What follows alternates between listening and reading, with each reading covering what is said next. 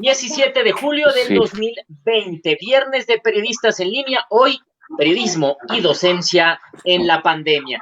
Bienvenidos a este viernes de periodistas en línea, a los que nos siguen en Twitter y Facebook, a nombre del Consejo Ciudadano del Premio Nacional de Periodismo AC, queremos agradecer la participación de las y los periodistas y comunicadores que registraron su participación en la convocatoria del único Premio Nacional de Periodismo. Les deseamos mucho éxito. Los resultados se darán a conocer el viernes 13 de noviembre. Desde esta emisión de Viernes de Periodistas en Línea, todo el reconocimiento, agradecimiento y la participación a más de 1,000 trabajos que llegarán a los jurados calificadores para, de manera académica, con el rigor periodístico y las características de este premio ciudadano, reconocer el 13 de noviembre a las y los periodistas ganadores. Así sabremos quiénes serán los galardonados con el mayor reconocimiento que pueden recibir los periodistas en México. El Premio Nacional de Periodismo, el único y decirlo también ciudadanizado. Así que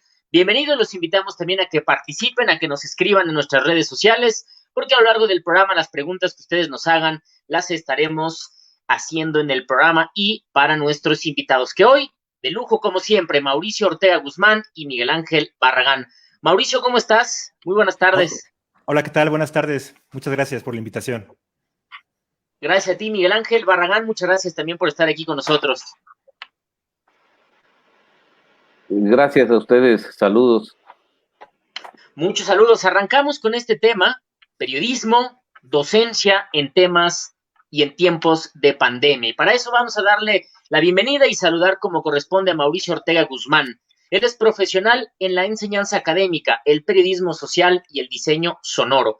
Es maestro de periodismo político por la Escuela de Periodismo Carlos Septién García. Tiene estudios en música popular contemporánea por la Academia de Música Fer Mata. Colaboró para el IMER, Radio Fórmula, Firmeza, Telesur y para las revistas Epicur, AM/FM, Grandes Chef, Emoción, Como Ves y muchos más. Actualmente es profesor de la primera escuela de periodismo en México y en América Latina, la Escuela de Periodismo Carlos Septién García, en materias audiovisuales, de géneros periodísticos y métodos y técnicas de investigación. ¿Cómo se está adaptando la enseñanza del periodismo, la docencia en tiempos de pandemia? Mauricio, ¿cómo estás? Bienvenido y buenas tardes. Hola, muchas gracias. Pues sí, justamente el tema surge a partir de esta crisis que a algunos nos tomó por sorpresa, algunos, bueno, pues ya más o menos la veníamos viendo desde el año pasado, pero que nos fuerza de alguna forma a abrir como áreas de oportunidad, a abrir panoramas distintos en las diferentes maneras en las que la crisis nos ha pegado, ¿no? Desde el ámbito político, familiar, tecnológico, y en nuestro caso, que es lo que nos concierne, pues la docencia, ¿no? Principalmente.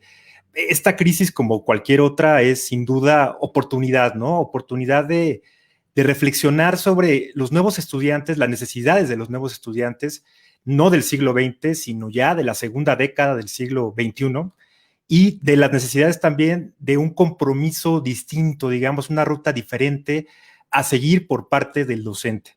Es decir, creo que en nuestro caso, en la experiencia en la Carlos Septién, bueno, tuvimos o iniciamos un semestre de manera presencial y a la mitad del semestre, en marzo más o menos, pues nos mandaron a todos a casa y hubo entonces que, de alguna manera, terminar y cumplir con los objetivos muy puntuales que habíamos programado para el semestre, ¿no? Para, de alguna forma, terminar balanceando con un saldo positivo, ¿no?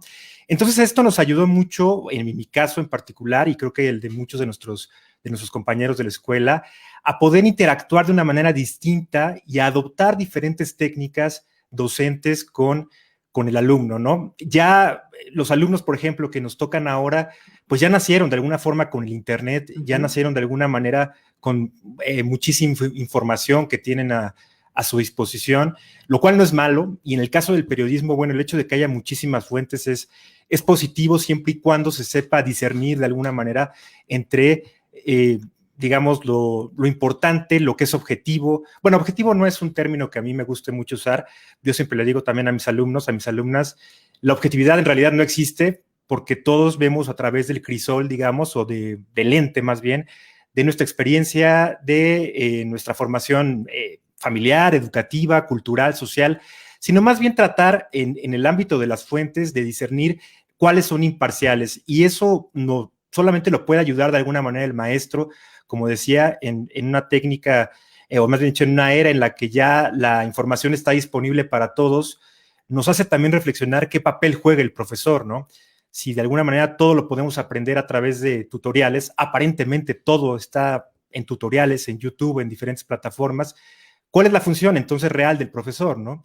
Creo que es la parte humana, es la calidad humana y el acompañamiento que debe hacer un maestro con sus alumnos y que además nos implica obviamente el adoptar nuevas técnicas y sobre todo generar empatía con las nuevas necesidades que los alumnos y las alumnas tienen. Más o menos va por ahí el tema, creo que es muy importante, creo que el punto además en el que estamos ahorita, en el que, bueno, la educación en línea no es nada nuevo, obviamente, las aulas virtuales ya existen desde hace mucho tiempo, es importante entonces ahora rediseñar y reflexionar sobre cómo ser mucho más efectivos y empáticos, sobre todo con el alumnado, para generar al final del día profesionales más efectivos desde el aula, pero también alumnos proactivos, ¿no? Alumnos que no estén esperando a ver qué me vienen a enseñar, a ver qué vengo a aprender. El conocimiento está ahí, simplemente el profesor, o no simplemente, sino muy importante, el profesor debe acompañar al alumno en esa ruta hacia un profesional, y bueno, en el caso del periodismo,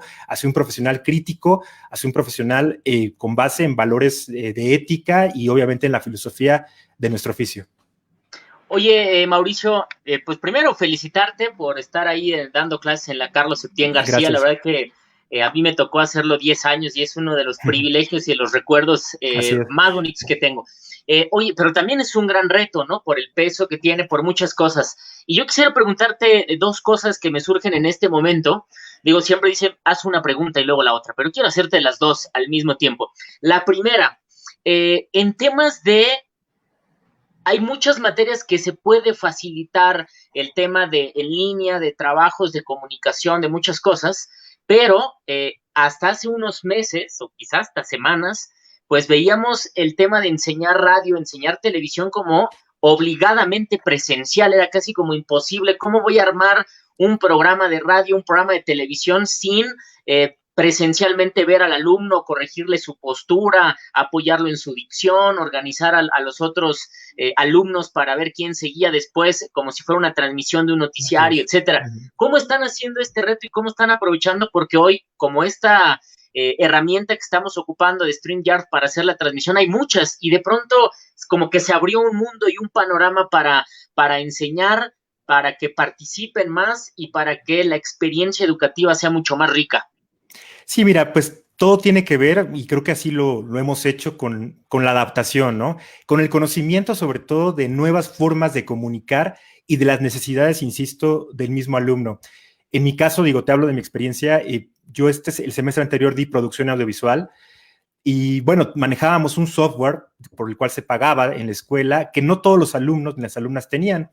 Pero también tenemos que saber, o bueno, nos tocó investigar más bien, que existen los mismos tipos de programas para edición de audio, para edición de video, que son gratuitos, ¿no? Igual no tienen la parafernalia, el juego de luces, en fin, me refiero a la parte visual, ¿no? No son tan bonitos estéticamente hablando, ¿no?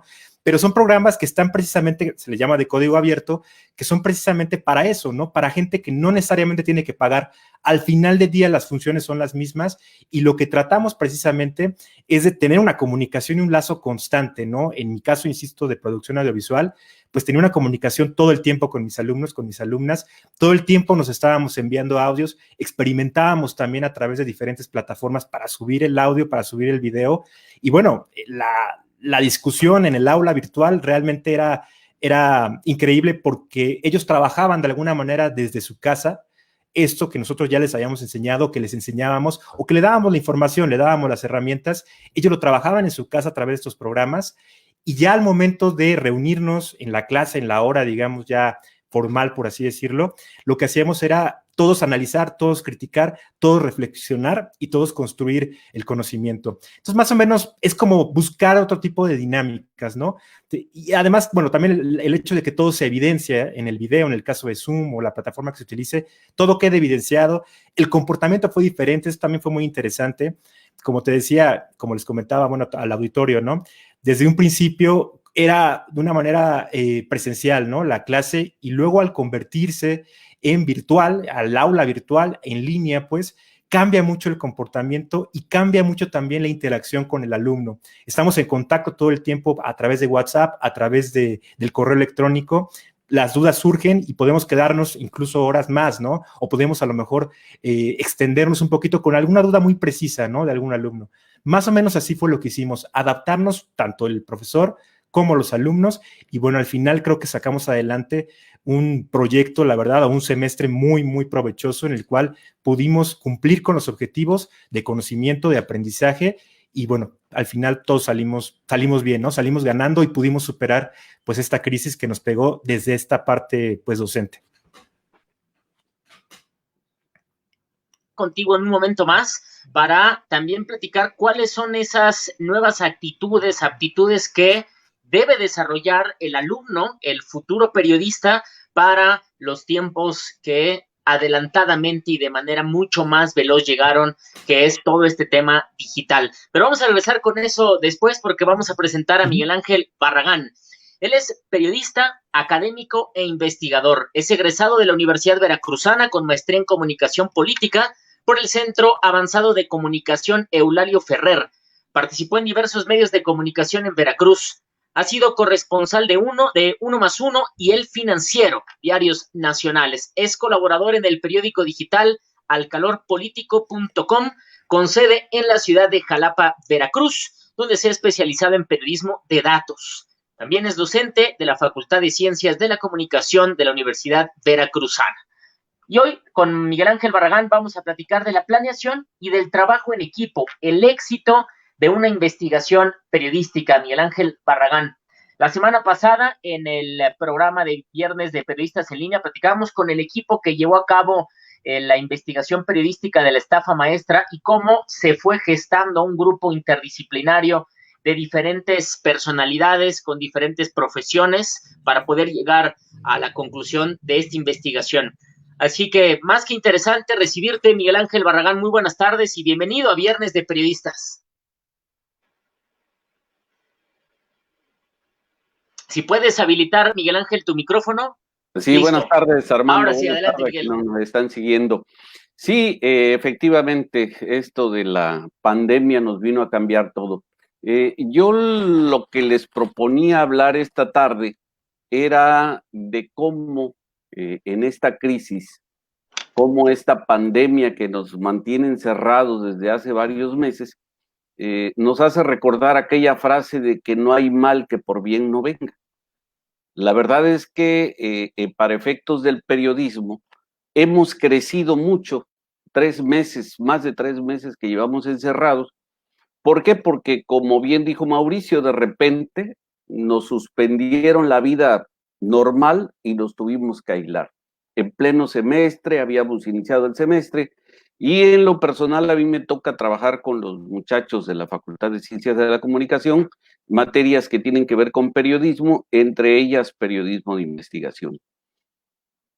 De lo primero que pensamos fue que esto pues se suspendía, ya no se podía hacer nada, los trabajos de investigación se quedaron prácticamente iniciados. Sin embargo, nos fuimos redescubriendo todas esas herramientas que tenemos a la mano.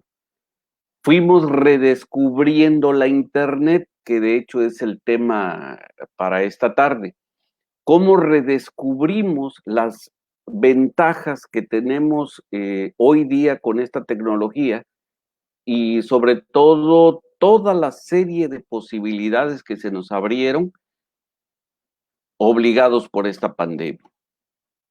Me explico. Por ejemplo, los muchachos estaban investigando, uno de los grupos estaba investigando un asunto relacionado con feminicidios, un asunto muy grave en el país, muy grave en el estado de Veracruz, que es el segundo en feminicidios en este país. Durante mucho tiempo fuimos el primero. Y dijeron, bueno, maestro, pues ya no podemos salir a la calle, ya no podemos hacer nada. Le digo, no, espérense. Redescubren el WhatsApp, redescubren el Telegram como una de las herramientas para interactuar con las fuentes. Al igual que nosotros, las fuentes también están enclaustradas, también están en casa resguardándose, y a través de mensajes, oiga, lo puedo entrevistar, sí. Y de repente surge el Zoom como la alternativa primera para este tipo de interacciones. Luego surge Telmex, luego surgen otras plataformas que nos van dando la posibilidad de interactuar con las fuentes. El mismo Facebook, el Facebook Live, nos permite todo esto y nos fuimos volviendo muy aventajados en el uso de la tecnología. Ya alumnos que tenían que viajar, por ejemplo, a la ciudad de Jalapa para entrevistar a una de las fuentes, ya no lo hicieron. O sea, ya lo hicieron a través de esta vía como lo estamos haciendo nosotros. Cada quien en su lugar de origen. Yo desde el estado de Veracruz, ustedes en la Ciudad de México, y de esta manera vamos redescubriendo esas grandes ventajas que nos ofrece la Internet. Eso es muy importante en los tiempos actuales y para la enseñanza del periodismo, sobre todo ahora que dentro de las nuevas tendencias o como parte de las nuevas tendencias del periodismo, tenemos el periodismo de datos. Todo el mundo de información que está en las bases de datos, las podemos entrevistar, podemos conocer, podemos dilucidar mucha información. Entonces, nos vamos dando cuenta que tenemos herramientas para la comunicación, para la interacción, muy importantes. Mención aparte, merece el WhatsApp. La verdad es que se convirtió en la herramienta número 1 para esto de la interacción entre alumnos, maestros, las fuentes, en fin, un sinnúmero de contactos a los que se ha podido consultar. Y algo muy interesante, por ejemplo, Google se puso a la saga en este sentido, ya tenía las herramientas y empezó a difundir todas ellas a través de cursos, de tutoriales, y hoy, por ejemplo, ya se están haciendo encuestas, ya hay trabajos de periodismo de investigación terminados por los alumnos, donde aplicaron, por ejemplo, la herramienta de formularios de Google.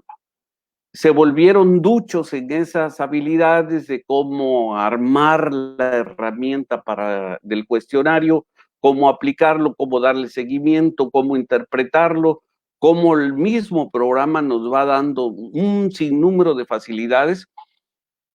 Y hoy, que ya vamos para 4 meses enclaustrados por esto del coronavirus, nos damos cuenta de que crecimos mucho tecnológicamente y que dejamos de usar estas herramientas única y exclusivamente para checar los memes, para mandarnos mensajes, para mandar saludos, para mandar videos. Hoy son unas herramientas que ahí estaban inertes y que las redescubrimos para aprovechamiento de esto. Cuando volvamos a la nueva normalidad, ya formarán parte más activa de nuestra profesión, de nuestra actividad.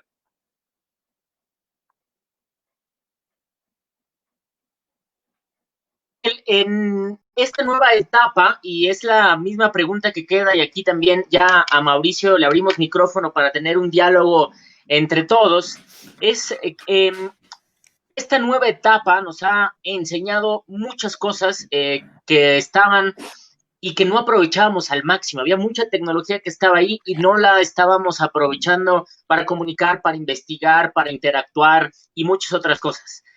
En conjunto con estas herramientas tecnológicas, que seguramente cada día va a haber más plataformas, más aplicaciones y muchas otras cosas, ¿cuáles creen, y la pregunta es para ambos, que son las actitudes y aptitudes que debe desarrollar el alumno de comunicación y específicamente el periodista para aprovechar de manera más eficaz todas estas herramientas de la tecnología? ¿Quién contesta primero? Mauricio.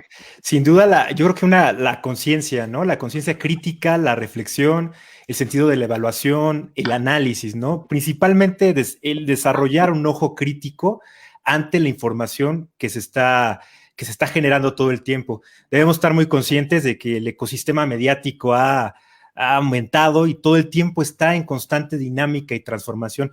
Yo creo que más que una habilidad es estar conscientes de eso, ¿no? De lo dinámico que son los medios, de cómo se transforman y mutan de alguna forma constantemente, ¿no? Van evolucionando, van involucionando algunos otros, no todos funcionan para lo mismo y bueno, también van cambiando incluso sus funciones, ¿no? Twitter no surgió como, o no es hoy lo que era hace 11 años quizás, ¿no? Ni su objetivo, Facebook, en fin, y hablo de los más, pues los que más gente tienen ahorita aficionada, por así decirlo, ¿no? Yo creo que es eso, saber depurar y decantar y sobre todo estar muy consciente de esa transformación de los medios que ya algunos van a seguir existiendo y otros pues irán cambiando o irán transformándose. No, como dije al principio, no es malo que haya tantas fuentes de información, el problema es saber percibirlas, el problema es saber depurarlas y tener ese ojo crítico que ahí sí, al final del día solamente un profesor, un maestro, alguien que está acompañando puede ir más o menos generando o de alguna manera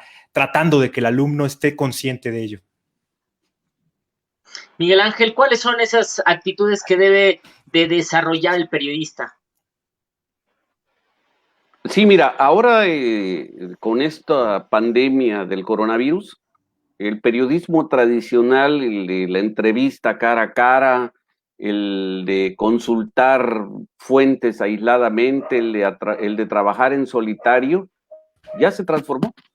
Con esto de la tecnología, donde ya definitivamente ya no hay frontera, donde ya podemos consultar a especialistas de otras partes del mundo, donde ya podemos visitar fuentes, no solo solo del estado donde radicamos, sino del país, insisto, de cualquier parte.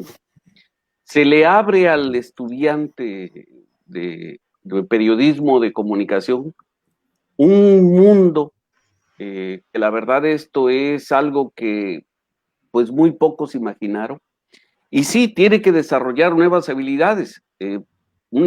Algo muy básico, y yo se los he insistido mucho a los alumnos, que es algo de lo que padecemos los periodistas, orden. O sea, tenemos que empezar a ser ordenados para precisamente clasificar la información, ordenarla. Algo que se me estaba pasando, las nubes. Hoy tenemos la gran ventaja de entrar tecnológicamente con las nubes. Ya se acabó aquello de traer bajo el brazo legajos de papel, cajas llenas de oficios, cajas llenas de documentos. Hoy todo está en la nube y lo podemos checar en el momento en que lo necesitemos desde nuestro aparato telefónico. Entonces, esas son nuevas habilidades. Oye, Miguel, para correlacionarlas. Ajá, dime. Sí, adelante. Oye, Miguel y Mauricio, está toda esta tecnología, todas estas oportunidades para aprovechar y para investigar y todo, pero también se puede quizá correr un riesgo. Recuerdo uno de los últimos libros, o si no es que el último libro de Ignacio Ramonet, donde decía un poco que los periodistas estaban haciendo cada vez más gordos y las redacciones cada vez más delgadas, porque los periodistas se dedicaban en su escritorio y de pronto se convertían y todo el tiempo estaban frente a la computadora y perdían esa capacidad de salir a la calle, ¿no? Entrevistar a las personas, ver lo que estaba ocurriendo y de pronto pues solo aprovechar lo que está en redes sociales, el contenido que ya se genera y bueno, sí darle un sentido, darle un contexto y todo, pero no se corre también un poco ese riesgo de que se le quite la importancia de salir a la calle a investigar. Yo ahí apuntaría algo, Armando. El muy especializado va incrementando notablemente hoy día. ¿Qué te gusta? Hace 20 años hablar de periodismo de datos era increíble. Hoy día el periodismo de datos está creciendo exponencialmente. La semana pasada esta misma semana platicaba compañeras de Animal Político cómo trabajaron este mundo de información, este mundo de números que tuvieron y que tuvieron que diseñar sus propias herramientas para analizar eso. Sí es cierto, hay muchos periodistas o habemos muchos periodistas que pasamos horas frente a la computadora que pasamos mucho tiempo desmadejando esa información, pero también hay compañeros que van a la calle, también hay compañeros que viajan, también hay compañeros que se dedican a otras especialidades del periodismo. Ya no hay el periodista todólogo. Hoy las herramientas tecnológicas nos están sirviendo a todos en general, y esas mismas herramientas son las que nos van a permitir hacer nuevos tipos de periodismo. Mauricio, ¿tú qué dirías? Sí, mira, yo complementaría lo que dice el profesor Miguel Ángel, que además de esta parte de que ya el periodismo individual es como muy complicada, sino más bien tiene que ser en equipo. No es que no haya periodismo como tal o periodistas todólogos, ¿no? Pero ya especializarse, digamos, en algo resulta ya de pronto muy complicado, ¿no? Yo creo que hay que saber también, en mi caso, que he dado también métodos, técnicas de investigación, es saber utilizar las diferentes herramientas para poder después conjuntar un equipo que sepan más o menos hacer de todo y entonces sí generar un trabajo en conjunto, un trabajo mucho más complejo que el que podría realizar alguien, ¿no? Pasa mucho que de pronto hay alumnas que me dicen, bueno, ¿yo por qué tengo que aprender, por ejemplo, a editar un audio, ¿no? ¿Por qué tengo que aprender qué plataformas de video existen o cómo descargar un audio, cómo grabar una entrevista a distancia, ¿no? Esta parte de la pandemia nos ha ayudado también a tener que solventar de alguna forma ese tipo de carencias, ¿no? Tenemos ahora muchas veces que grabar las entrevistas a través de nuestra computadora y bueno, pareciera sencillo, pero por lo menos el 80% de los alumnos de pronto no lo saben, ¿no? O no tienen ni idea de lo sencillo que es precisamente, ¿no? Saber un poco o desarrollar esas habilidades creo que es fundamental. Habilidades técnicas, sí, habilidades también de tipo tecnológicas, ¿no? Precisamente para solventar el no poder salir todo el tiempo y conjuntar equipos que entre todos puedan complementarse, como lo vimos la semana pasada ¿cómo se llama? Animal Político. Animal Político. Así es. Sí, y esta parte también, yo digo que complementando lo que dicen y retomando Viernes de Periodistas de la semana anterior, nos decían que de esas capacidades que tenía el periodista era la curiosidad, y había una que a mí me llamó, bueno, varias, pero dos que me llamaron mucho la atención. Una, que primero era ese propósito del periodismo. El periodismo es una profesión, es un oficio que es de vocación. Y segundo, el periodista per se tiene una capacidad de indignación mucho más sensible que otros, y no solo de la capacidad de indignarse, sino de esa indignación pasar a la acción, decir, bueno, ¿qué puedo hacer? ¿Qué puedo comunicar? Exacto. ¿Qué puedo investigar para hacer algo, provocar un cambio de actitud, de información, de muchas cosas, ¿no? Entonces, creo que es una muy buena oportunidad entre la tecnología, entre el trabajo en equipo y también entre estas cuestiones personales que van a definir el periodismo que se empieza a hacer desde las aulas. No sé si coincidan o quieran complementar con algo más. Sí, definitivamente. El interés personal en este oficio, en esta actividad periodística, es el que nos mueve. Te escuchaba yo y pensaba en un ejemplo rápido. Ahorita, en general, estamos preocupados por el coronavirus. El tema del día es el coronavirus. Pero estamos olvidando una enfermedad que va creciendo, va creciendo, va creciendo, y es el dengue. El dengue, por fortuna, ustedes en la Ciudad de México no lo tienen, porque el clima no lo permite. O sea, hay 7 estados de la República donde no hay dengue, pero en la zona tropical, aquí en Veracruz, el dengue va creciendo y silentemente, y si nadie le advierte a las autoridades sanitarias de que esto va creciendo, pues en parte vamos siendo corresponsables de este problema. Por un lado, ¿por qué hablo del periodismo especializado? Por ejemplo, el periodismo ambiental, que es un tema, digamos, novedoso en México, donde tenemos que empezar a advertirle a la población, con apoyo de todas estas bases de datos, con apoyo de especialistas de otras partes del mundo que ya lo están trabajando, con quienes podemos interactuar a través de toda esta tecnología que ya tenemos ahora, de cómo las especies están subiendo, están migrando. Hace 10 años no había dengue en Puebla. Puebla es un clima muy similar al de la Ciudad de México. Sin embargo, hoy Puebla va de tercero a cuarto lugar nacional en casos de dengue. Y eso tiene una explicación científica que el periodista se la tiene que dar a conocer a la población. Tiene que hacer que las autoridades volteen a verlo para actuar. Sí es cierto, tiene que ver mucho la indignación, pero más que nada el interés, ese interés de informar, de explicarle a la sociedad qué es lo que está pasando en este país y en nuestro entorno en general.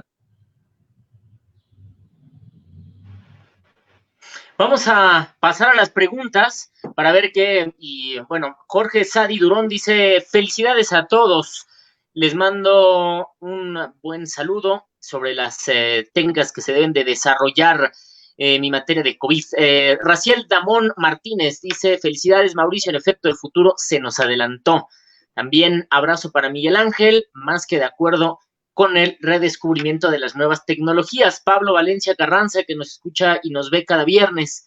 La disrupción es una oportunidad para el desarrollo de nuevas capacidades. Con el uso de las tecnologías exponenciales, también hay nuevas formas de hacer las cosas.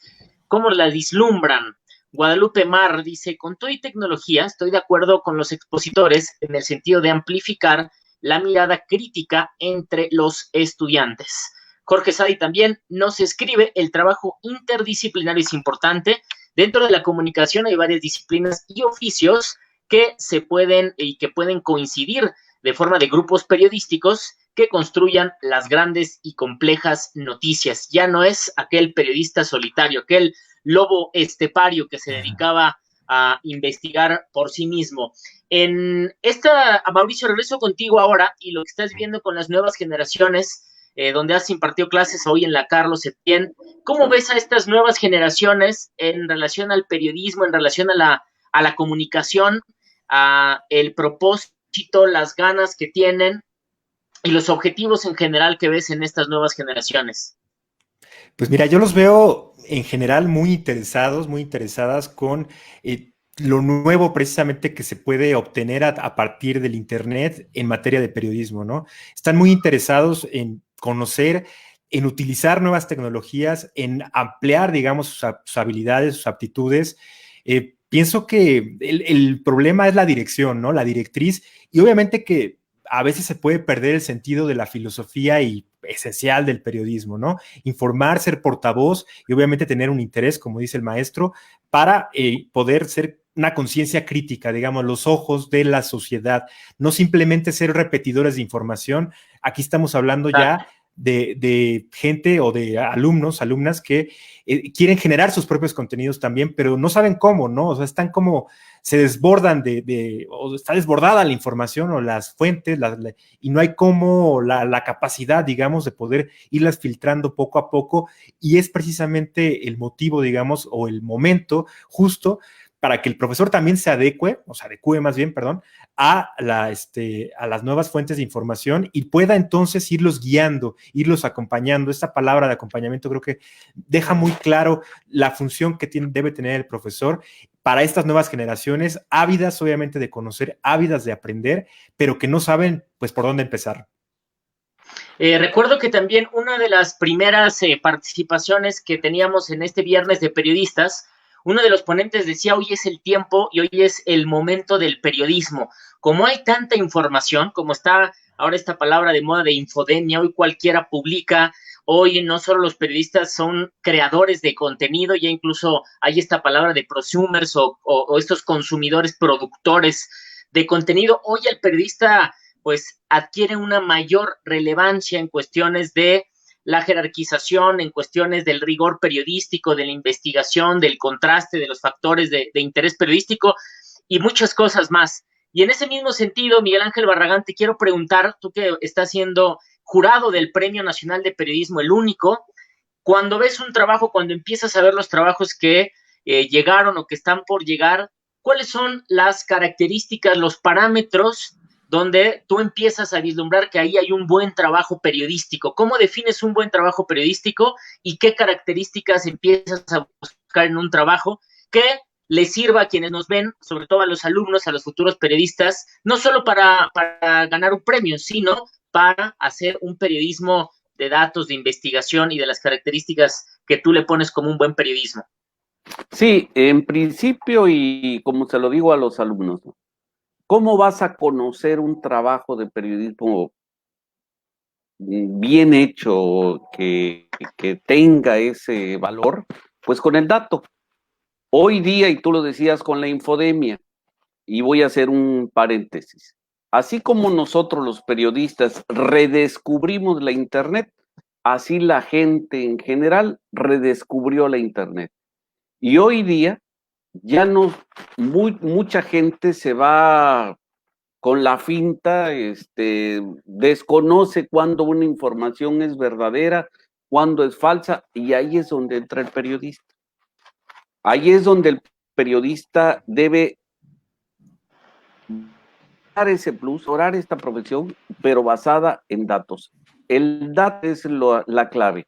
Para evaluar un trabajo de periodismo, básicamente es el dato, posteriormente es el cómo se maneja la información. Muchos creen que hacer periodismo es solamente tomar el dato y como tal transmitirlo de bote pronto. No, hay que darle forma, hay que hacerlo atractivo, hay que atraer al lector. Eso es algo que se está incidiendo mucho en el aula, en cómo darle a conocer en un lenguaje sencillo, en un lenguaje llano, bien explicado a la gente lo que está sucediendo. No se trata de palabras rimbombantes, no se trata de abundar en la información o dar librazos, como se dice en la escuela, sino de darle al público, al lector, al televidente, al radioescucha, un dato concreto, un dato creíble, un dato respaldado, pero lo mejor, sencillamente explicado. Mauricio, en tu caso, como jurado del Premio Nacional de Periodismo, ¿cuáles son las técnicas, los criterios que vas a ponderar en la calificación de estos trabajos? Bueno, coincido completamente con el maestro Miguel Ángel. Es el dato generador, digamos, del trabajo, ¿no? Pero también los objetivos, los motivos y lo extensivo que puede hacer ese trabajo. Si los objetivos desde un principio son claros, son rigurosos, además, existe una hipótesis de por medio, o sea, existe como no nada más, no es un documental como tal, ¿no? Sino es un trabajo que tratamos nosotros de vislumbrar los objetivos y hasta dónde puede llegar, el alcance también, lo que pretende también en el ámbito informativo, pero también en el ámbito de un compromiso del periodista con la sociedad, perdón, a la que finalmente es a la que se debe, ¿no? Creo que estos son puntos esenciales. El objetivo debe ser muy claro desde el principio y el alcance, hasta dónde puede llegar esta investigación.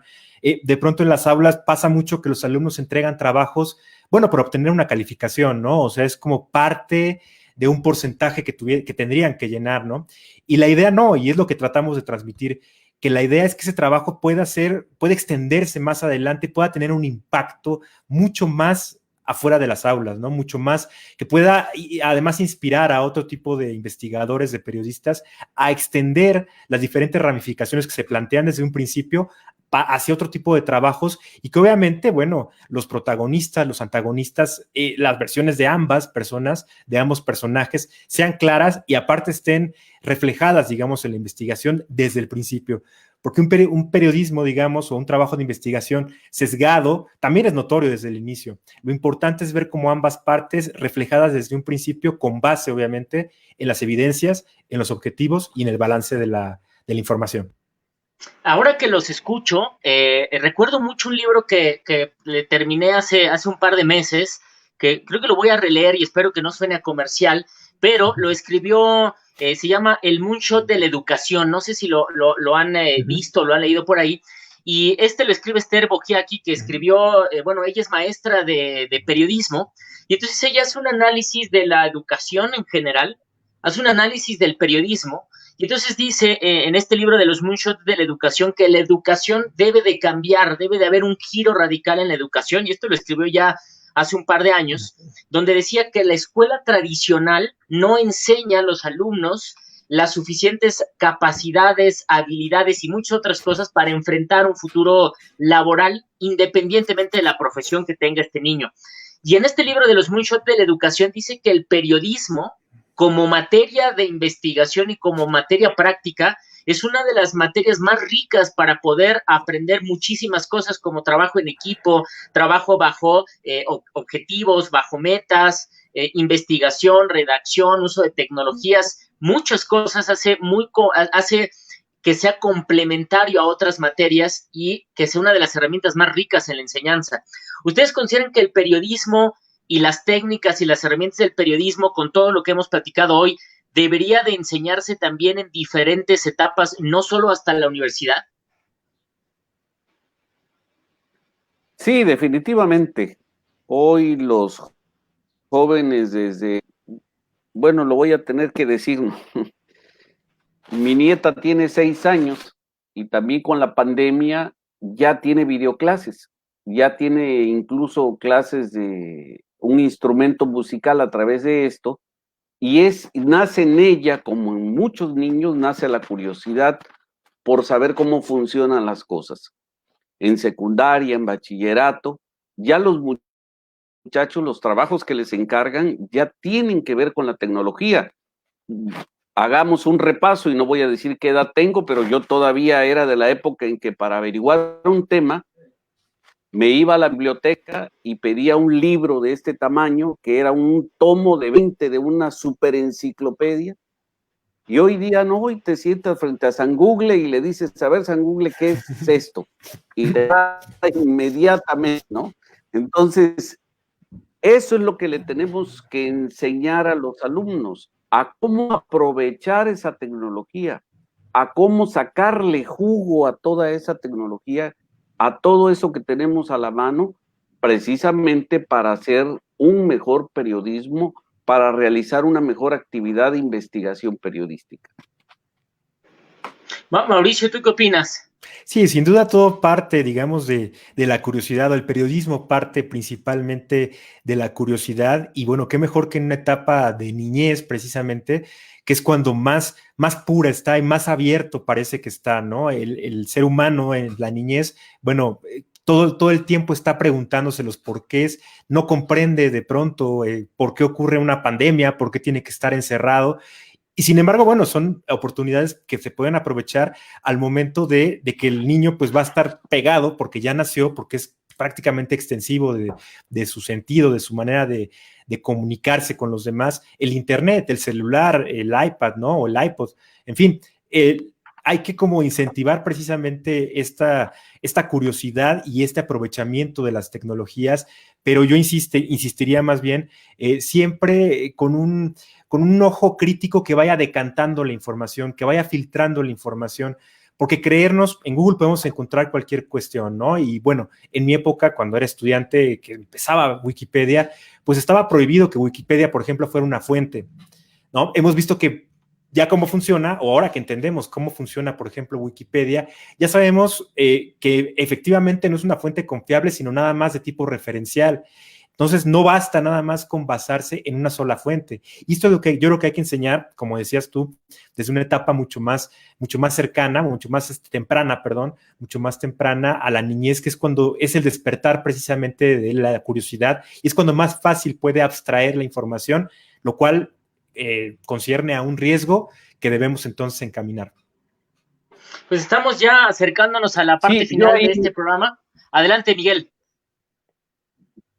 yo ahí le agregaría lo que dice Mauricio, y conforme se ha desarrollado esto, el redescubrimiento de la Internet, que nos abre un mundo de información, un sinfín de información, nos obliga a quienes estamos en el aula a trabajar mucho en los principios éticos que debemos tener como profesionistas. Y uno de esos principios éticos es el cotejo de la información.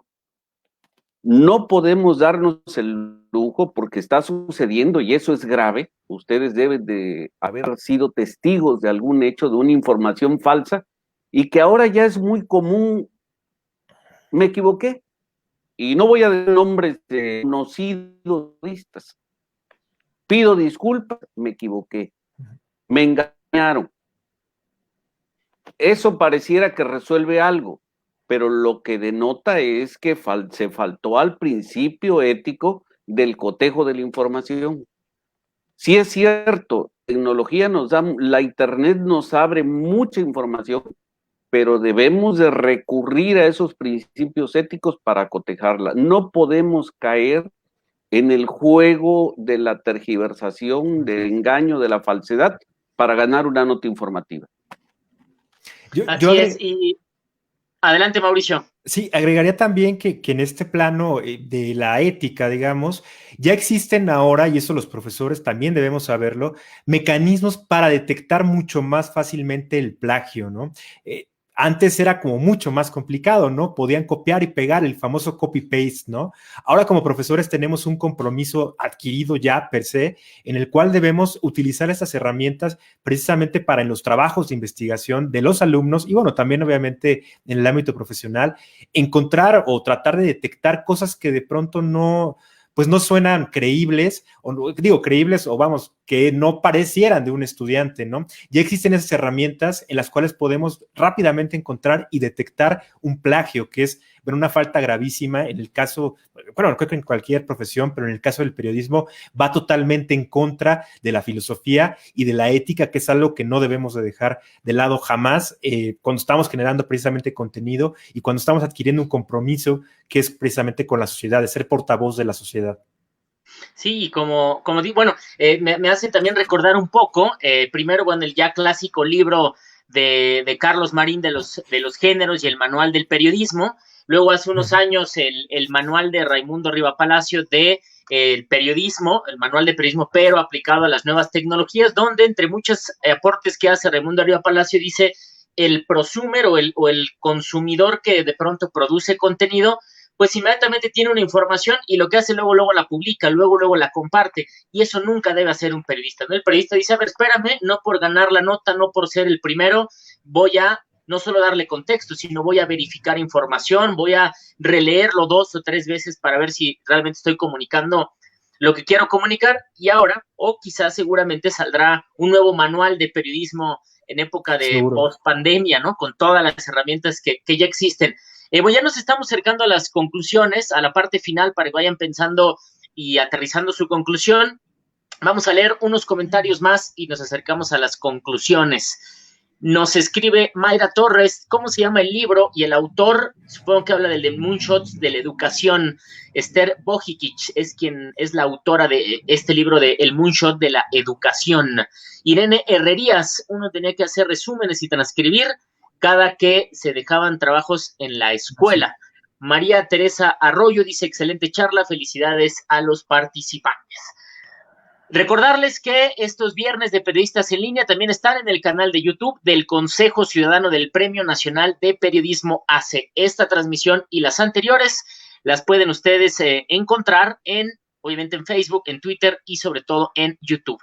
También el miércoles 22 de julio a las 11 horas una charla con Marcela Turati, investigación periodística.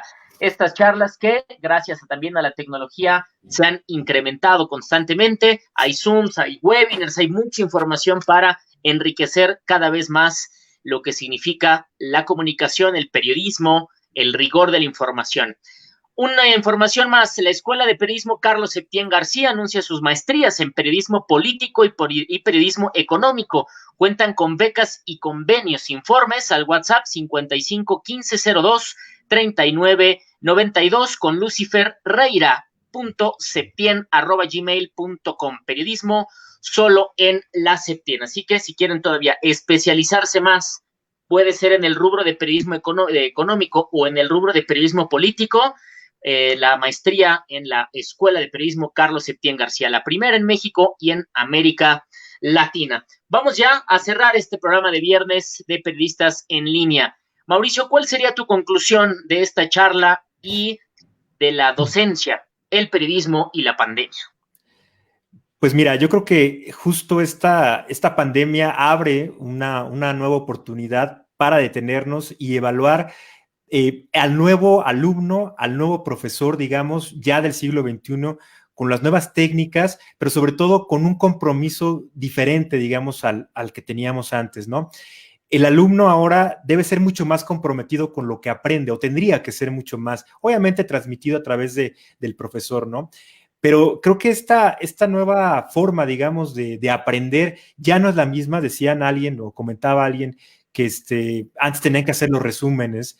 Bueno, ahora ya la idea más bien de este alumno proactivo, que es como, digamos, yo lo refiero, es que el alumno desde su casa, digamos, vaya él obteniendo la información de alguna manera, vaya conociendo precisamente con esta curiosidad innata que debiera perfilar cualquier periodista y llegar entonces al aula a hacer una crítica, a hacer una reflexión guiada a partir del profesor, el cual, bueno, obviamente tiene también un compromiso docente mucho, mucho más importante, digamos, para poder generar, digamos, el conocimiento, precisar los objetivos, hacer actividades o hacer sí, actividades, tareas mucho más precisas, ¿no? Ya es como bien complicado ahora ya la educación presencial, o va a ser mucho más complicada la educación presencial, y a pesar de que el periodismo es como muy, pareciera que es simplemente práctico, bueno, manejamos obviamente la parte teórica, el contexto teórico, el contexto práctico, y ambas pueden ir de la mano y pueden irse aprovechando las tecnologías como lo hemos platicado aquí, pueden irse aplicando, digamos, de alguna manera, pero ya implica un compromiso diferente del profesor y del alumno. El alumno como tal ya no puede llegar a ver qué me van a enseñar el día de hoy o qué es lo que voy a aprender con esa, a lo mejor, apatía, ¿no? Que podía caracterizar a algunos, donde además, bueno, se cotejaba realmente si realmente era su profesión, su vocación, el periodismo. Ya es como tener una actitud diferente para entonces automáticamente al momento de ir conociendo, digamos, diferentes informaciones, ir cotejando diferentes fuentes, llegar al aula virtual para hacer una reflexión y hacer como un tipo de dinámica diferente que el profesor, que el maestro debe guiar. Debe ser también el profesor, por otra parte, muy claro en los objetivos laborales que tiene que generar en los alumnos, ¿no? Tratar de perfilar la información, digamos, o el conocimiento que sea aplicable de inmediato. Al final del día, una característica de estas nuevas generaciones es que están ávidos de lo inmediato, ¿no? Que lo importante es lo que ocurre en el momento, que lo importante es generar la nota, ¿no? Y bueno, algo bien cierto es que dejamos de lado lo importante por lo urgente, ¿no? O a veces no hay tiempo para lo importante por estar enfocados en lo urgente.